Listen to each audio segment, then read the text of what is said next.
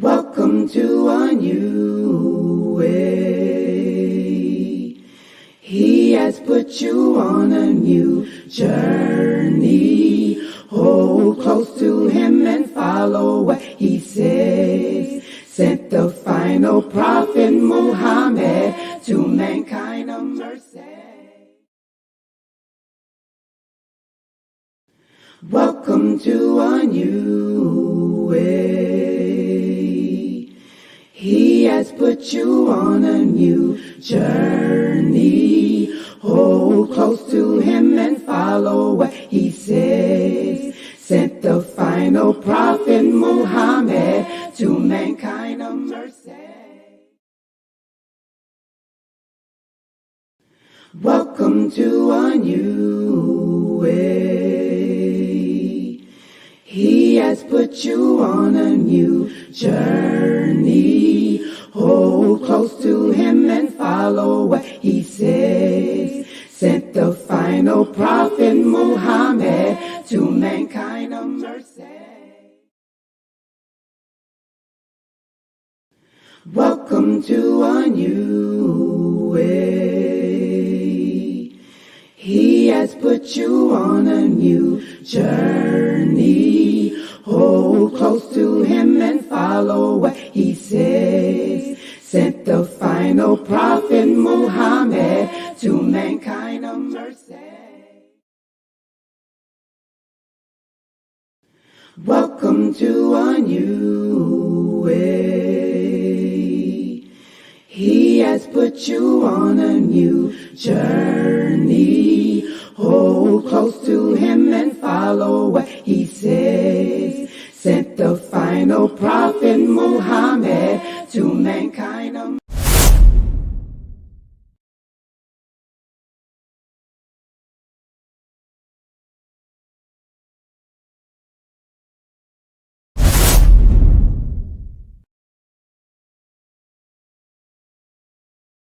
Assalamu alaikum wa rahmatullahi wa barakatuh, my dear brother and sister. I just saw Brother Muhammad here in Salat al-Jum'ah, alhamdulillah. It's an honor to speak on a very important topic. I just discussed with Brother Muhammad, and Brother Muhammad is going to speak with you, inshallah. Inshallah. For the Tuesday, inshallah. Tuesday, inshallah, we're going to discuss raising our Islamic Muslim children in a non-Islamic world that we're living in right now. The society that we live in. Especially now. Now we have a lot of issues happening in our schools, in our colleges, universities, that a lot of our Muslim kids aren't really ready for it. So I think we should have a nice little discussion. Inshallah, we'll have a lot of people on board that can ask a lot of questions that they have. And we can kind of talk about how to kind of keep our deen and our religion inside of our children while they're going through out there in the world with the non-Muslims that are around there, inshallah, that have a lot of pressure that they're put on them, peer pressure and all that kind of stuff, inshallah. So Sunnahfollowers, prepare yourself and even your kids and share this very, very important topic. Very important. Alhamdulillah, Brother Muhammad accept to join us every Tuesday, inshallah. 9 o'clock p.m. So it's for the time, inshallah. Assalamu alaikum wa rahmatullahi wa barakatuh. Jazakallah khair, Brother Muhammad, inshallah.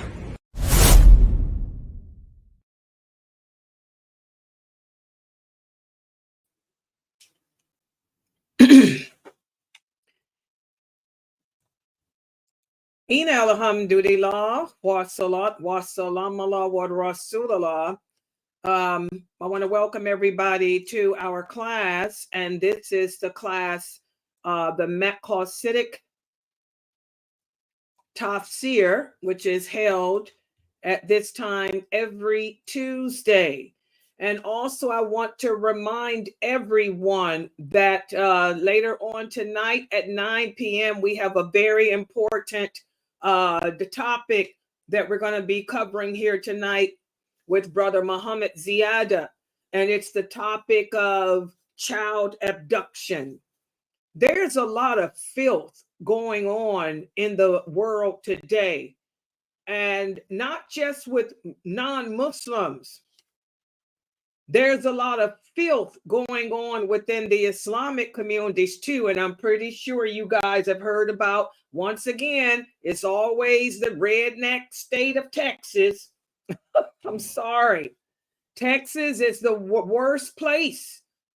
A lot of people ask why, because that's the state where you find a lot of Muslim women and men living who call themselves scholars. You know, when we use these titles, we use these titles of sheikh and mufti and I'm a scholar of the religion. You know, that comes with a price. You know, we have to remember, guys, one of the first groups of people, one of the first group of people that will be dragged by their faces and thrown into the hellfire are those women and men who call themselves scholars of the religion. To be a true person of knowledge, this is an amana. This is a trust between you, that person, and Allah. And if you were seeking fame, seeking money, if you were not spreading the true understanding of this deen for the sake of Allah, you're going to be dragged by your face and thrown in hell. And so this is why it seems a lot of people ask me, I've been getting calls all day, and Muslims have been asking me, why is it that it's always Texas? Why is it that it's always these imams in Texas? Because they all think they scholars. You don't throw that title around. The companions never referred to themselves as being scholars, and they really were. The companions would have never used the term mufti. That's a term, like I told you the other day, that's a term of arrogance. If anybody was walking around calling himself a mufti, they'd be executed 9 times out of 10. Okay? You know, so these terms, you know, bragging and boasting, oh, I know the Quran by heart. So what? Shaitan knows that Quran probably better than all of us. He's still Shaitan. Okay? So, you know, we reap what we sow. I keep telling you guys, when you turn on the news and see the calamities that's befalling us as a nation, we can only blame ourselves. When you see what's happening in our masjids, when you see what's happening in our so-called Islamic schools, when you see famous men pretending to be scholars and sheikh and muftis of this religion, and they're really child molesters. You know, they're molesting children, molesting women, preying upon the weak Muslims out there who are looking for hope. You know, this is why this war is not going anywhere. And I keep telling y'all that. We have to stop blaming the Zionists. You know, no, they didn't bring this war. This war came from Allah. Allah says he will send war to cleanse the earth. It's too much filth going on from the Muslims. We are abusing our positions as imams. We are abusing our positions as so-called people of knowledge. We're playing with this deen. We're twisting the Quran around, thinking that we can tweak it to suit society. We're playing upon the hearts and the weaknesses and the vulnerability of women and children who are lost. Women and children who convert to this religion, who come from a bad, filthy background and who are looking for some type of hope. Or people, women and children that were born Muslim, but their families never gave them, you know, that sense of belief in Allah and his lordship that I was given, for example, when I was growing up. Okay? So when you pick up the newspaper and see famous Muslim men and women accused of the filth that we're doing, pornography, abusing, sexual molestation, Allah is telling you something, Muslims. Y'all need to stop protesting the qadr of Allah. Stop boycotting the Carter of Allah. And instead, you better look at yourselves and get your aqidah together. Look at who you're learning your religion from. Look at the men and women that y'all think are scholars. And I keep telling y'all, they're nothing but trash people. They're trash people. They're filthy people. The majority of them. The filthy things that go on behind closed doors. Okay? But you people are following them. How many of you out there voting? Oh, yeah, these same men who are accused of all this filth that they've done to women and children, they're the same men telling y'all to go out and vote when you know Allah said we cannot vote. It is haram. We can never, ever, ever appoint a kafir as a ruler over us. Not ever. But you guys are disobeying Allah because you guys don't believe in him as you claim you do. You believe that the power lies in the hand of man.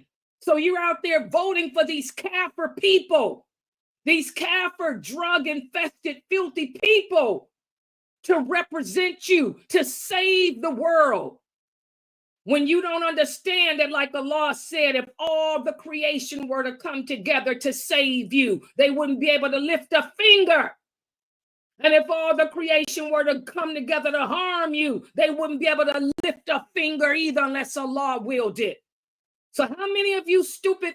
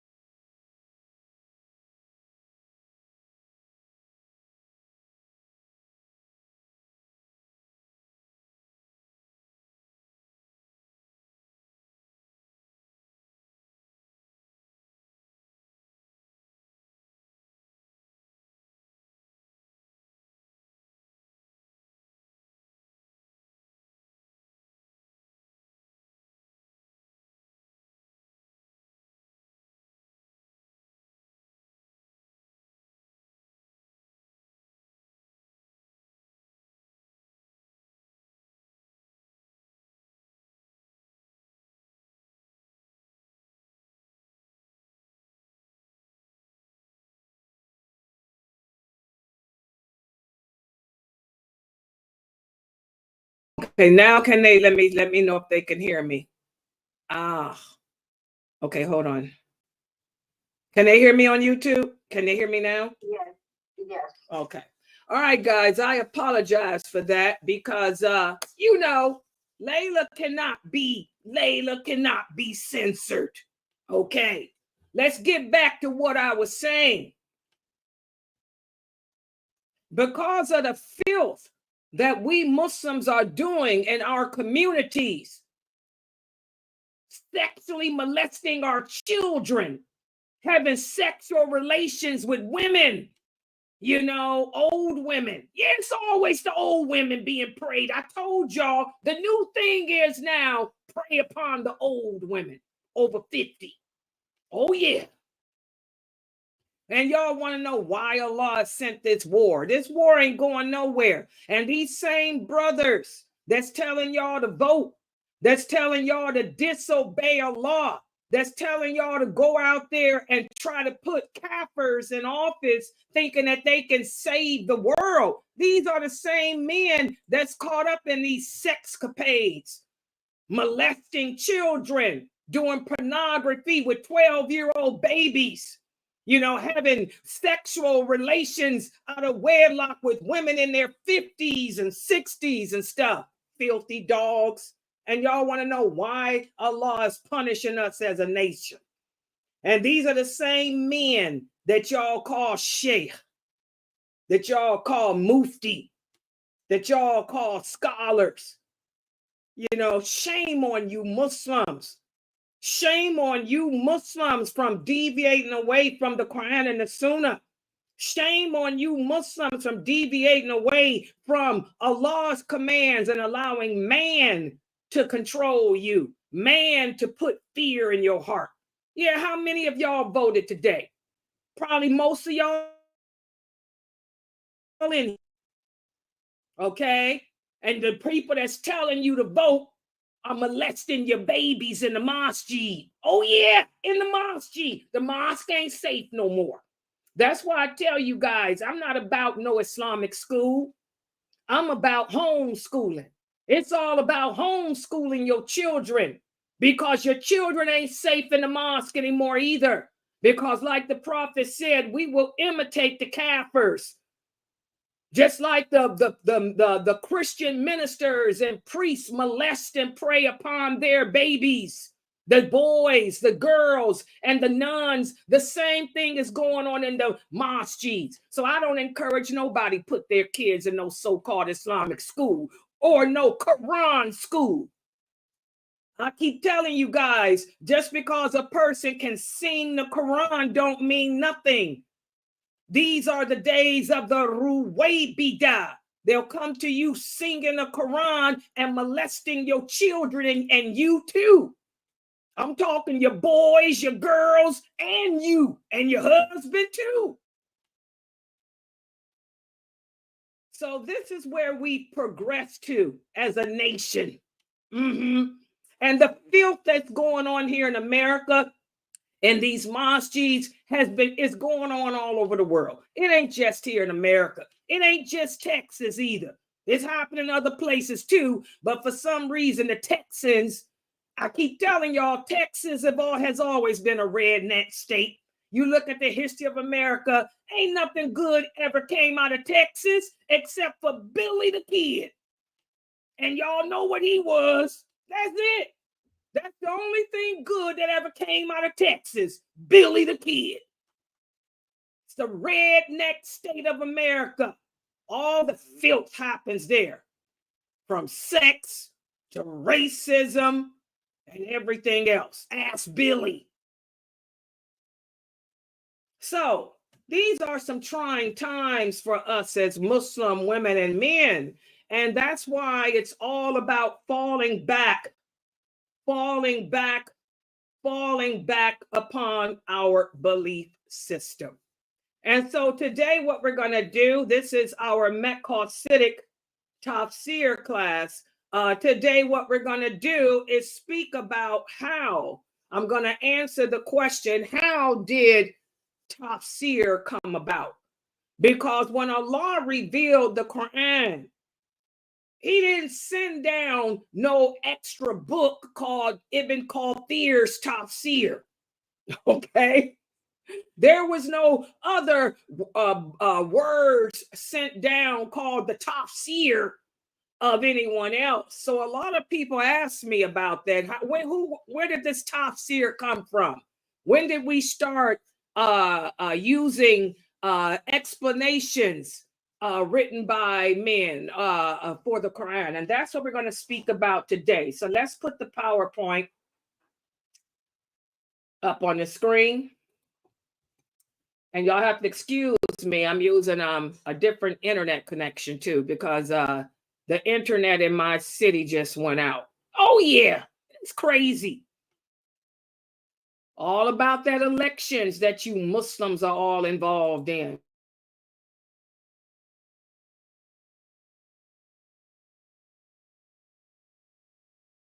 When you're, did it make me a co-host? I don't know if that's me or not. And I know my internet is unstable because this is a good internet I'm using, but it's not fast like my other one. Y'all just have to bear with it. Okay, let's see what I can do here. Let's put the PowerPoint up on the screen.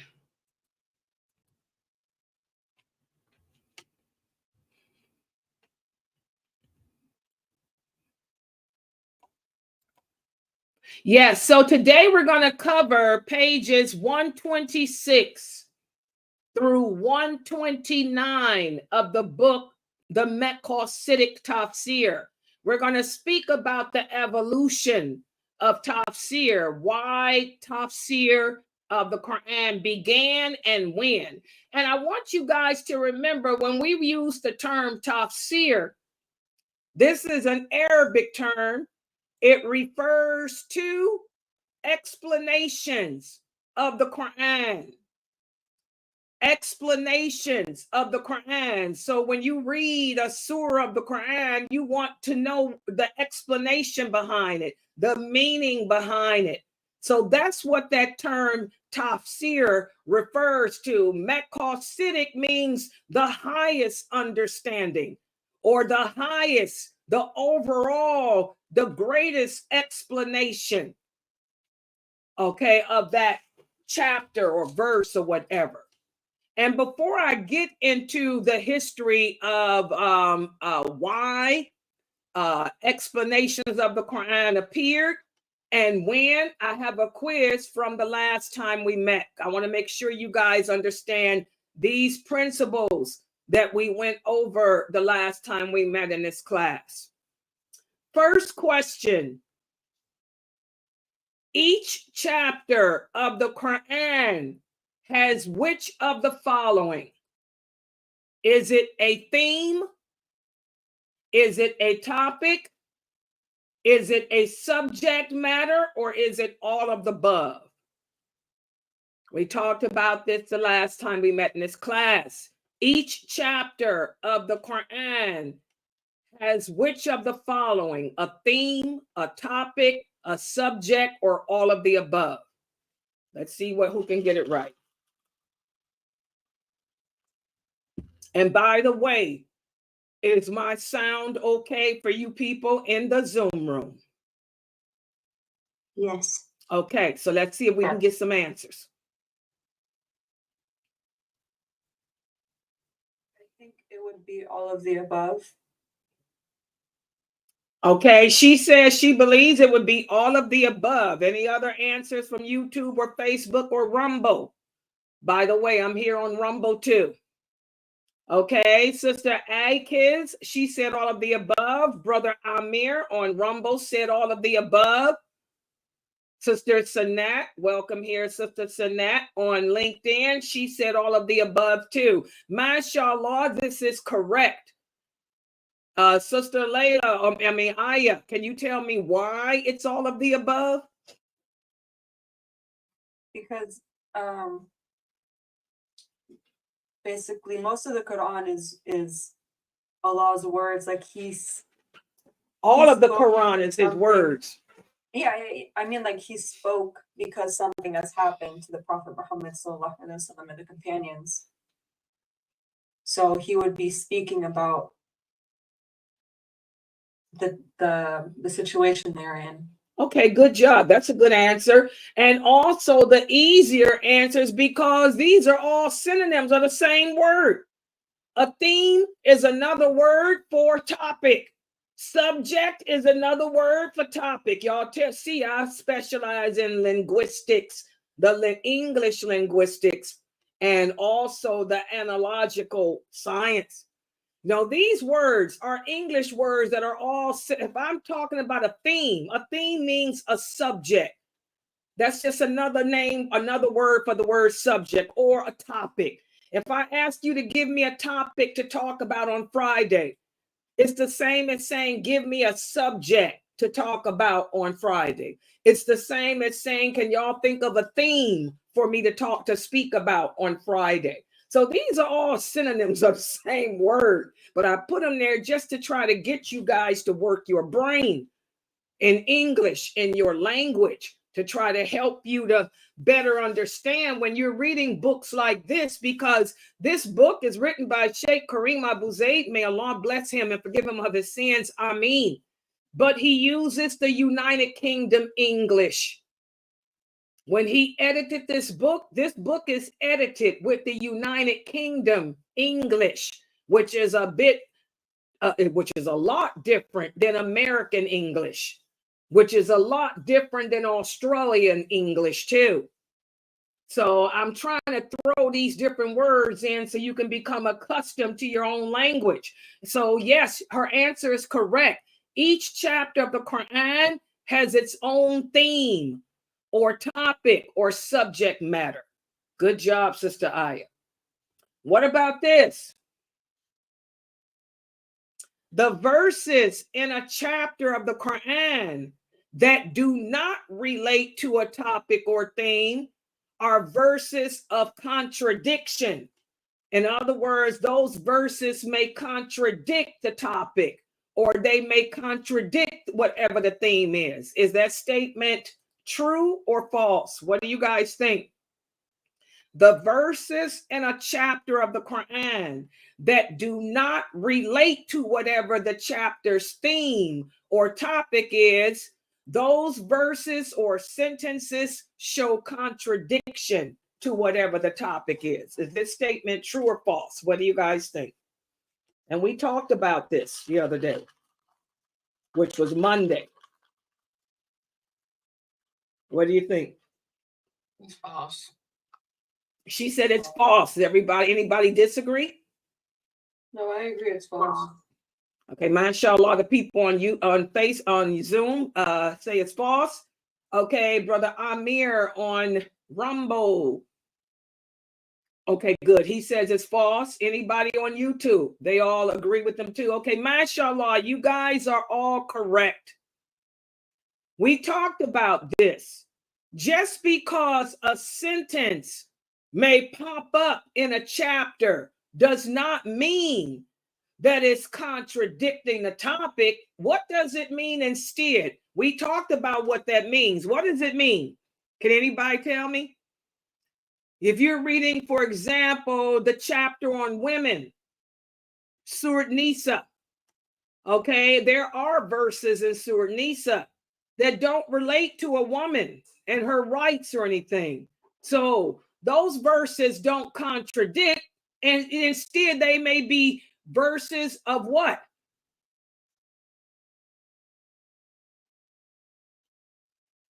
Why are they there? You might read it and say, wow, what does this verse have to do with this? Why is this verse here? What do we say? We don't say it's contradiction. Let me give a better example. I'm trying to give y'all, not give the answer away. I'm gonna have making a connection. No, that's why I said I'm gonna ask the question a little different. That can be an answer too, but let me reword this question. Let me read it. I'm just gonna have to give y'all an obvious example. Okay, we start off with we're gonna read a chapter of the Quran. It starts off, Alif Lam Mim.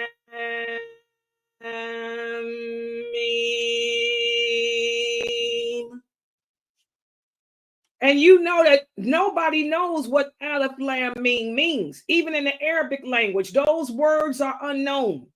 We don't know what that is. It's not even part of, it's just, what do we say? Do we say that Aleph Lam Mim is contradicting whatever this chapter is about?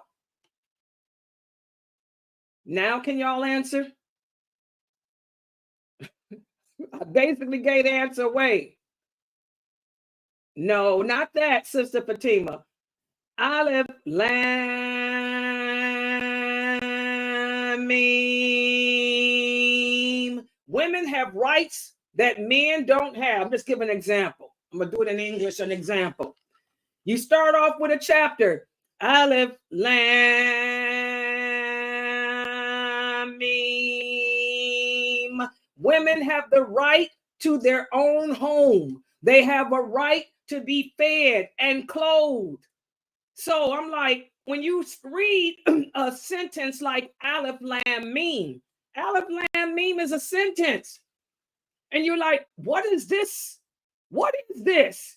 Well, let's just take Aleph Lam Mim out because it contradicts what the rights of women are. Can we do that? Come on, guys. This is common sense. Think. No, I would say that Aleph Lam Mim Ra is something that we don't understand, but it's in place. Just like we probably don't. I want to see. Hold on. You got it right. I basically gave y'all the answer. We don't know what it means, but it's wisdom behind it. Right, there you go. Yes, there, Aleph Lam Mim. Don't nobody, there's no scholar or so-called mufti, sheikh, whatever, on this earth or this planet. Even our Prophet Muhammad couldn't tell you what Aleph Lam Mim means. This is knowledge only known by Allah. Only Allah knows what Aleph Lam Mim is. So we don't say that Aleph Lam Mim contradicts this topic. We say that this is a sentence of knowledge that only Allah knows.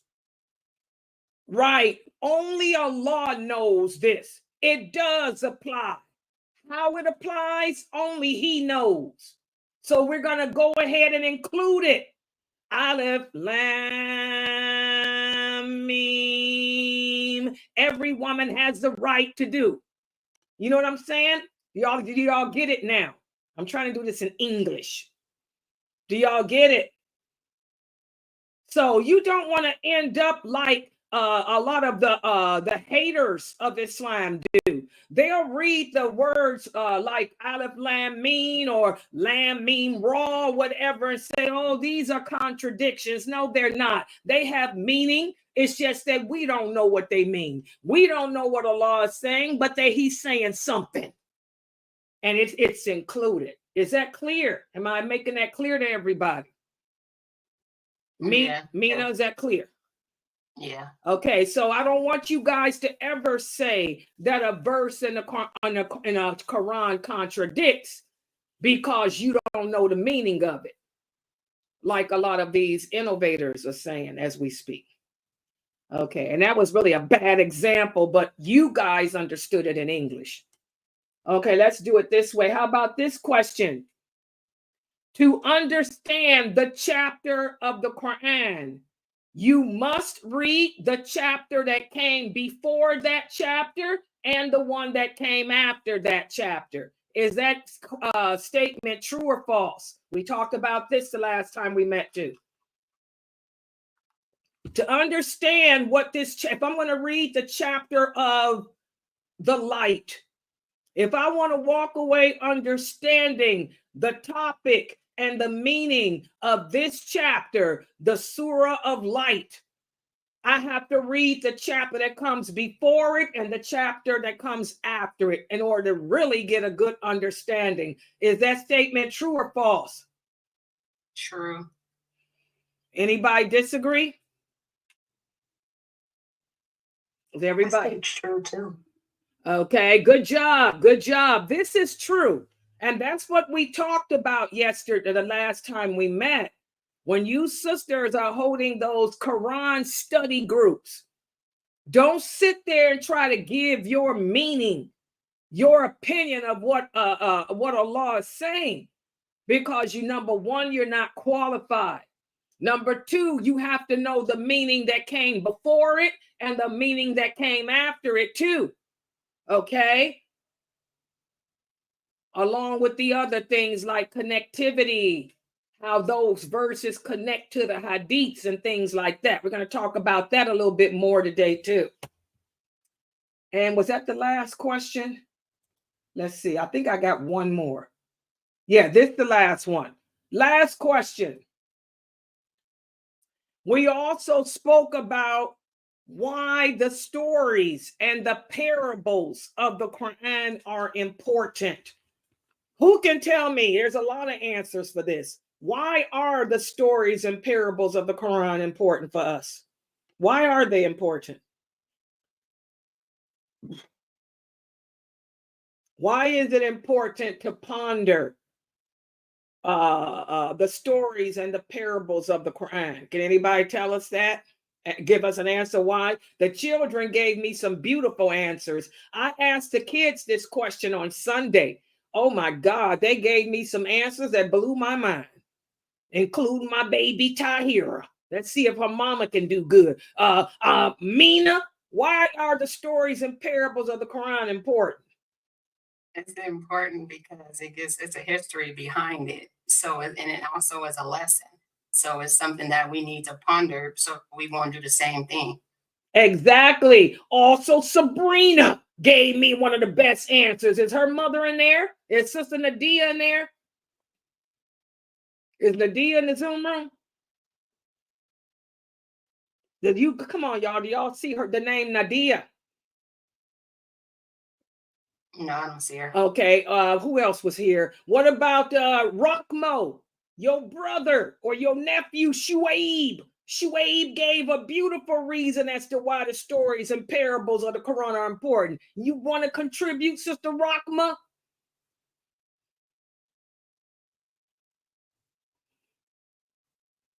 Okay, Sister Akis says because exactly they show the mistakes. Good job, Sakina. By reading the stories, you are reading about what happened to the people that came before us. You are learning that what mistakes they made that brought about Allah's anger, that brought about Allah's punishment. You're also learning what things they did that caused Allah to be pleased with them and give some of them Jannah too. So we can learn from what they did, what happened with them. Also, you learn about what happened in the other prophets' lives too. You learn about the other best of this nation, like Moses and Jonah and Solomon and their people. And we can learn from that too. The parables, good job, Brother Amir. The parables teach us what not to do. What not to do. Allah will give us parables, as Brother Amir is saying, that we can relate to, that help us to not make bad choices in life. Good job. So the stories and parables of the Quran are very, very important. And by the way, the Quran is 1/3 stories, 1/3 aqidah, and 1/3 Allah's laws and commands. The Quran consists of 3/3 of 3/3. So it's very important for us to benefit from the stories of the Quran. Okay, good job. So let's talk about it, how Tafsir came about. Let's put the PowerPoint up. The higher aim-based explanations of the Quran as a branch of accepted opinion did not begin until the opinion-based explanations emerged. I know that's a big word. This is an example as to how Sheikh Kareem, may Allah bless him, I know he uses a United Kingdom English. This doesn't make sense. I'm going to break it down to you. Although early interpretations of the Quran began mainly with hadiths from the Prophet Muhammad, sallallahu alaihi wasallam, there was no need for the companions to make tafsir books explaining anything. Y'all understand what I'm saying now? It's not that the companions didn't understand the meaning of the Quran. It's just that they didn't have a need for it.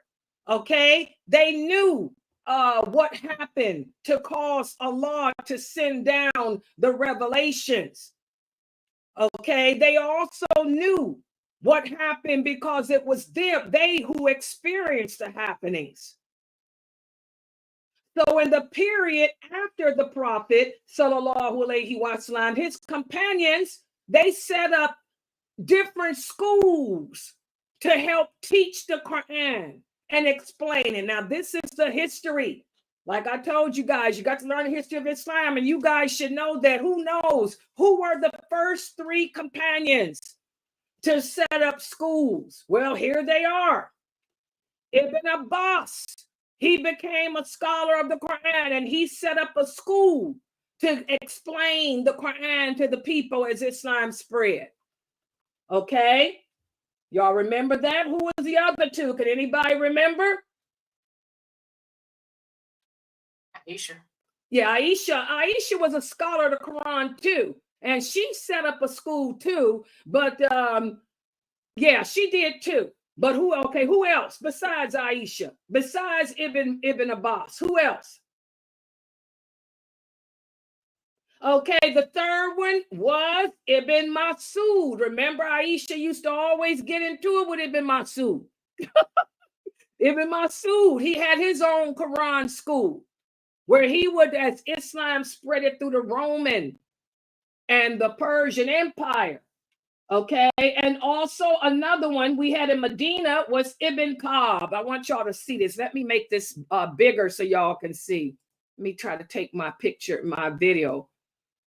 Okay, can y'all see that better? So, the schools that explained the Quran were founded in Mecca by Ibn Abbas. You had Ibn Abbas in Mecca. Then you had in Medina, Ubay ibn Ka'b, and you guys should know him too. Mukhtar speaks about him a lot.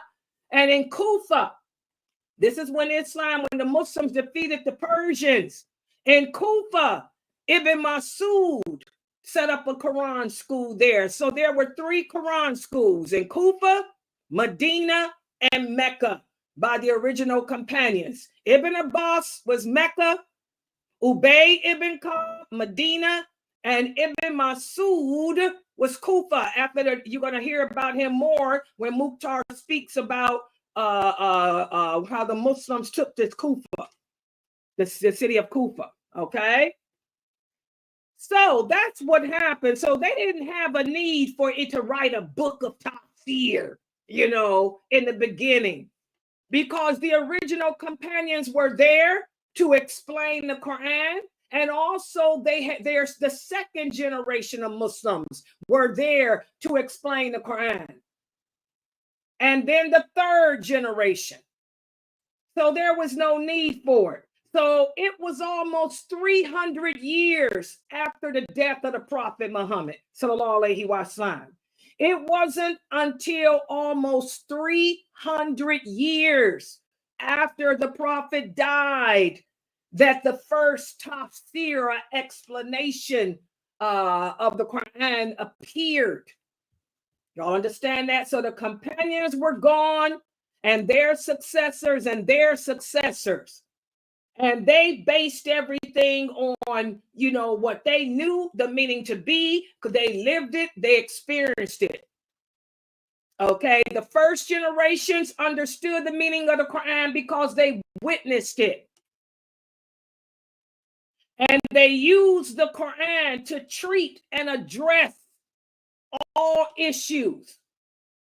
So there was not a need or an interest to go around making a book based on opinions. Y'all understand that? Does that make sense? I'm trying to break this chapter down so y'all in plainer English you can understand. Okay?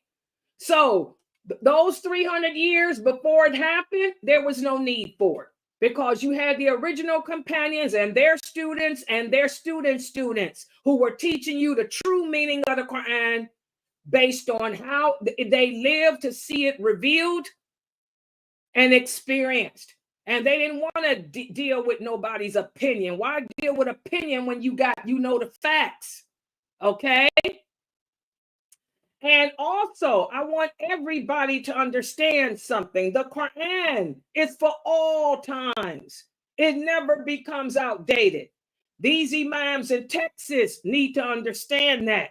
Why is all this fitna going on with these brothers in Texas?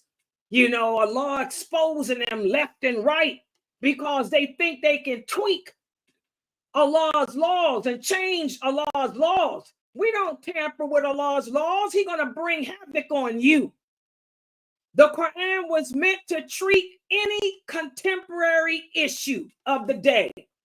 You cannot say because this is 2024 and LGBTQ is legal, we can tweak the laws of Allah. No.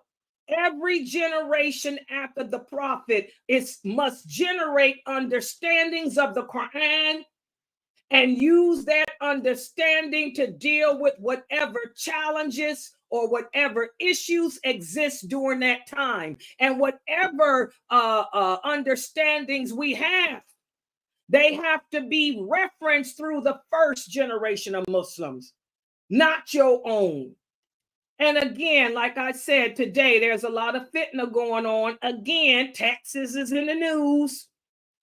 More molestation, more transgression. Right. They had a meeting trying to set boundaries as to how to deal with LGBTQ instead of doing el-bara, distancing ourselves. And these same men, a couple of them that's in the trouble today, that's pretty well known. You know, they're one of the ones that was talking about tweaking the laws, Sharia, tweaking the laws, because this is a different time. This is a different era. There is nothing happening today that didn't happen then. They had LGBTQ back in the prophet's times and the companions. They had alcohol abuse, drug abuse then too. They had murder going on. They had rape going on. The same issues that affect us today existed back then. So whatever issues we are faced with in our daily lives, we use the Quran as guidance. But whatever guidance we take from it should be in accordance to how the prophet said it should be, with the understanding of those companions. And I hope this is clear. Am I making this clear to everyone? And hopefully this will give some of you sisters who know what I'm talking about that's going on, who are going through a rough time. Get that person off of my screen. Where's my moderators? Awa, are you in here?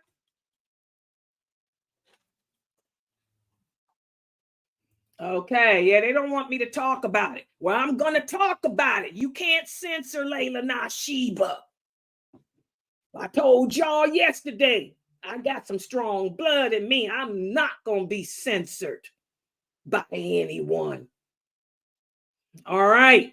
So the higher aim explanation of the Quran, it didn't occur until 300 years after the death of the Prophet Muhammad, sallallahu alaihi wasallam, and the most famous of those works was the evidence-based tafsir of Ibn Jarir at-Tabari, who y'all hear me mention a lot, because sometimes I'll use his explanations. His explanation of the Quran became the framework and a primary source for several other explanations of the Quran. Okay? Also,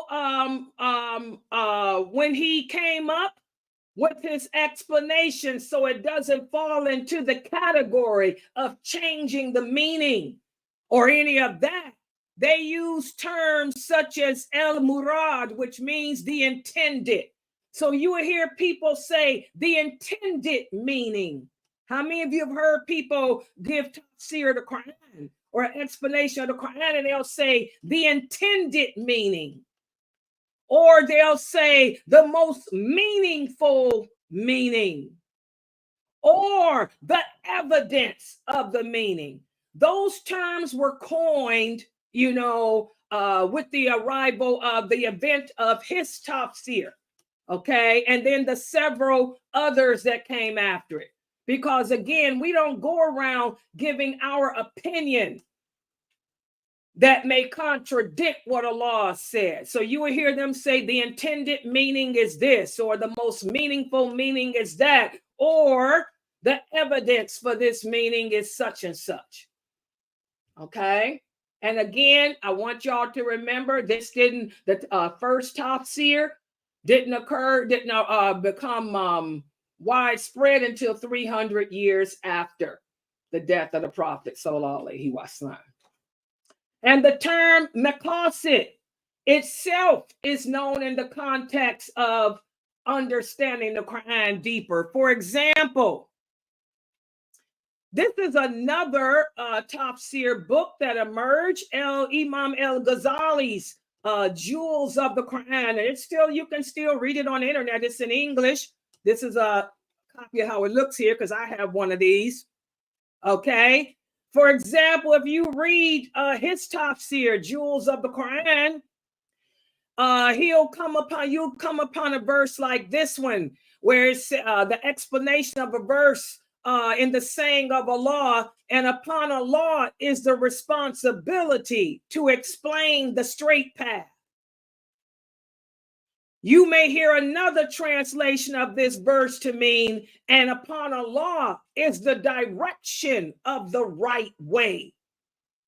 The first example is a Quranic explanation given by Imam al-Ghazali. He gave the explanation that Allah is saying, and upon him is the responsibility to explain the straight path. Whereas someone else would say, and upon Allah is the direction of the right way. So again, guys, this is how or when the Quran tafsir really took off and began. It was over 300 years after the Prophet sallallahu alaihi wasallam and his companions and their successors. I mean, again, what do they need to? Why would I need somebody to explain the Quran when I got the original companions here anyway? I can go to Ibn Abbas, go to Ibn Masud, go to Ka'b, go to Aisha, radiallahu anha, to all of them. Salama. Yeah, Salama was a scholar of fiqh too. There wasn't a need. Exactly. And remember, like the brother here just typed, Imam Malik. One of Imam Malik's teachers was Asma. Asma was one of Aisha's students. So what need was there when you could go to the student of Aisha and ask her, what is the meaning behind this? What happened for this to come about? Okay, good job, brother. Thanks for remembering that too. Okay, so that's where I'm going to stop today. I'm trying to take this chapter slow because this is a lot of history, and I want to take it slowly so as not to confuse you guys. And again, this book, you're not going to learn this stuff at a mosque. This is what they teach in schools. If you were going to school to become a scholar of the Quran, you would learn this stuff. This is not information that you are required to know unless you are going to school to be like what Dr. Jamali is. Dr. Jamali has a PhD in the Quran. He's a scholar of the Quran, the science of the Quran. Or like Sheikh Saud. Sheikh Saud has a PhD too in the science of the Quran. Also, Dr. Asim. Dr. Asim has a PhD in the science of the Quran. Unless you're going to school for that to be to get a degree in the science of the Quran, you're not going to learn this. This is not that type of knowledge that we have to know. Allah is not going to ask you in your grave, how did Tafsir come about? Okay. But this all helps you to better appreciate the Quran, to better understand the Quran, and also to be assured that our way of life has been protected by Allah. The Quran will never be destroyed. The Quran will never be forgotten. The Quran can never be distorted or changed because Allah protected it. All right, so I'm going to stop right here. Subhanakallahumma wa bihamdika ashhadu an la ilaha illa anta astaghfiruka wa atubu ilaik. Are there any questions or comments? Any questions or comments? And yes, there's a lot of fitna going on in these masjids and with these famous personalities that I keep telling y'all come a dime a dozen. If they famous, leave them alone. How many times I told y'all that?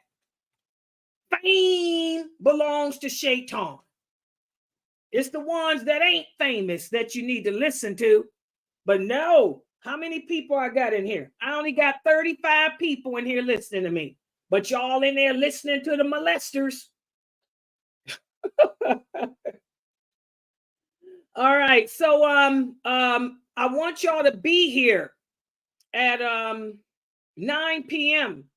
because Brother Muhammad Ziyada is going to speak about abduction, how our children are being abducted, which is an important topic, and how your children can protect themselves from this happening, and how you can protect yourself from being taken advantage of by these online scholars, these so-called online PhD scholars who think they're going to teach you how to read the Quran and instead they're taking your soul. We're going to talk about that tonight at 9.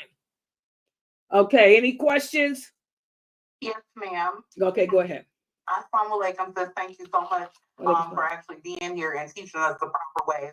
I do appreciate that. I have a question. Okay, go ahead. I was taught, and I'm still trying to study, and I'm finding different answers. Is it proper for women to teach men? Because what I've read about the Prophet's wives was that who was it? Was it Khadijah that would teach people about Islam, but just even men, but there was just a veil in between them. So is it proper for women to teach men other than their sons? And this is another reason why Allah has sent this war, and this war is not going away. There's so many lies about the Prophet's wives and his religion. Khadijah didn't teach anybody. Khadijah was busy trying to spread Islam with her husband and trying to keep her husband strong. When it comes to the lawful and the unlawful in Islam, the Prophet Muhammad sallallahu alaihi wasallam said the lawful and the unlawful are clear. If it's haram, if something is haram, there would be a clear verse, a clear nas from Allah in the Quran saying, women shall not teach men. Thou shalt not teach men if you are female. Or there would be saying that it's haram. There is no, I repeat, there is no, I repeat, and you can research till the day of judgment. There is no verse in the Quran, nor is there any hadith on planet Earth that forbids women from teaching anybody, male, female, dog, cat, or child. We have to stop making up lies. The simple fact that when you pick up any book, and you a hadith book, and Ibn Abbas said Aisha told him, that should answer your question right there. I mean, come on. And this is why Allah is angry, because we have deviated away from Islam, and we have done just like the Christians. We've allowed our hatred, our prejudice, our own personal dislikes to interfere with what Allah said. As the Prophet Muhammad said, my sister, most things in life are lawful. If you can't find a verse from the Quran or a hadith from him that says something is clearly haram, that means it's lawful. And as the Prophet said, we have to learn to accept what Allah made lawful and keep our personal opinions out. So any man telling you that a woman can't teach a man has a hatred towards women, and he needs to go check himself, because he'll come upon a woman like Layla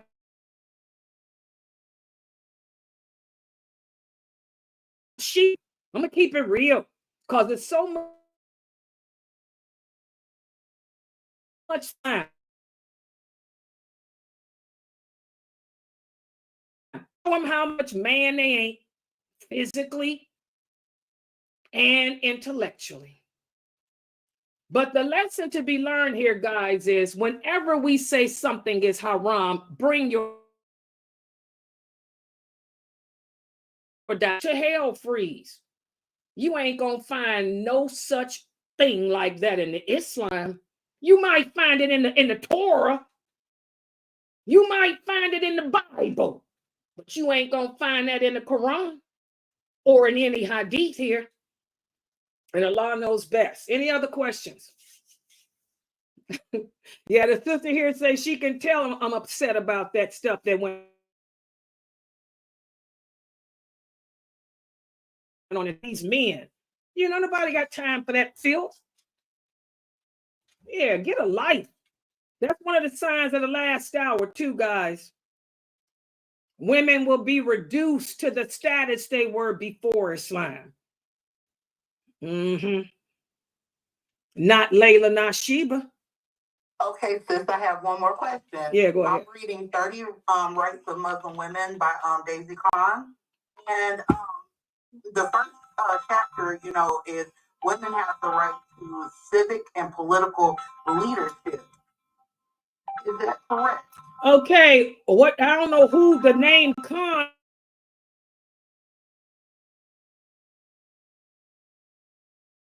right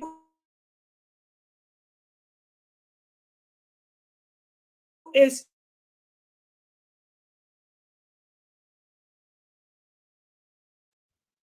I'm sorry. Can y'all hear me now? This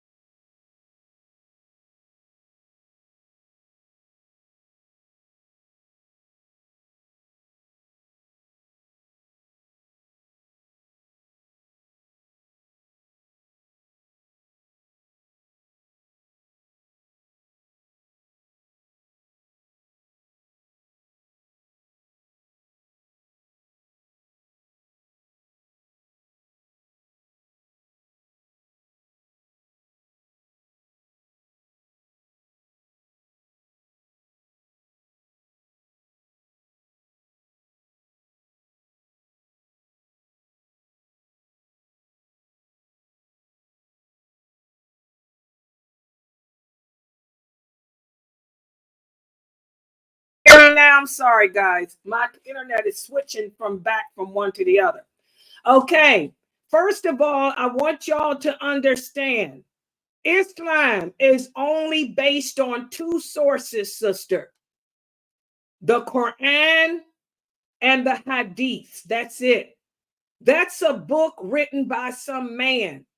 You're not going to learn anything from a book like that. If he's making statements about the religion, he has to be able to support it with a hadith.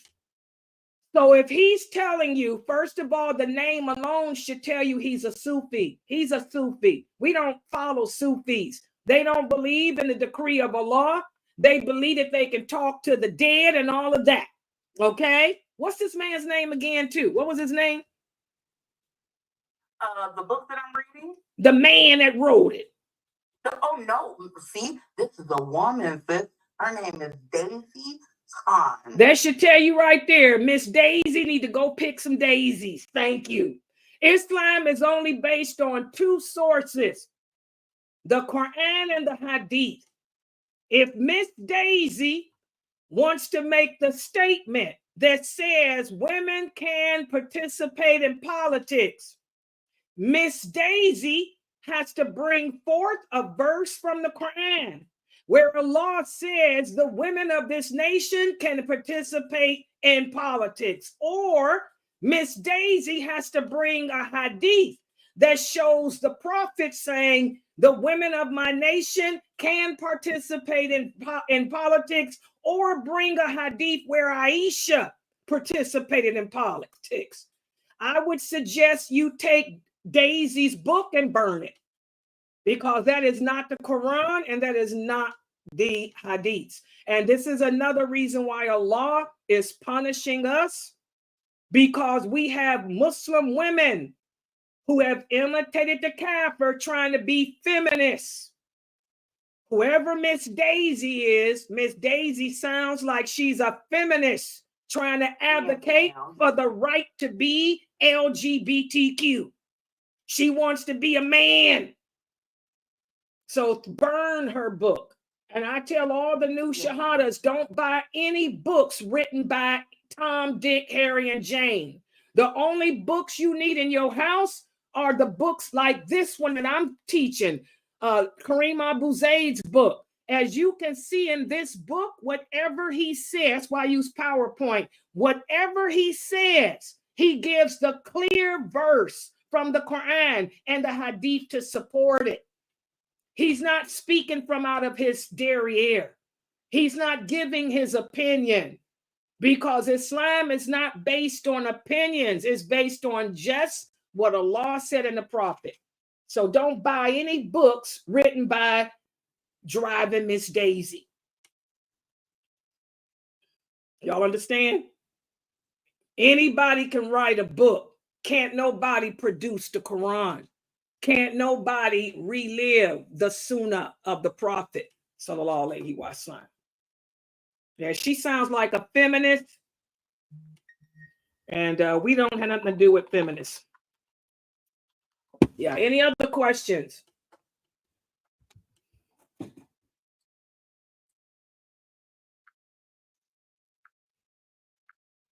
Any other questions? Yeah. Okay, there's somebody's asking about snitching. Well, I don't know what you mean by snitching on a Muslim. In Islam, we enjoin what's good and we forbid what's evil, even if it's against ourselves. Okay? We don't take part in anyone doing anything that contradicts what Allah says, even if that person's a relative. So as far as snitching, that's how the Kafirs talk. So I don't know what that is. But I can tell you that in Islam, as Muslims, we're supposed to enjoin everything that is good. And we're supposed to stay away from everything that's evil. If we see something bad happening, we're supposed to stop it. We're not supposed to sit there and be a part of it. You see a man trying to have sexual relations with a kid in the mosque. You don't sit there and watch it. You go and report it. You report it. You report it, because this contradicts the laws of Islam. So we don't call it snitching. In Islam, we call it enjoining good and forbidding evil. Does everybody understand? That's a big difference. Everybody understand?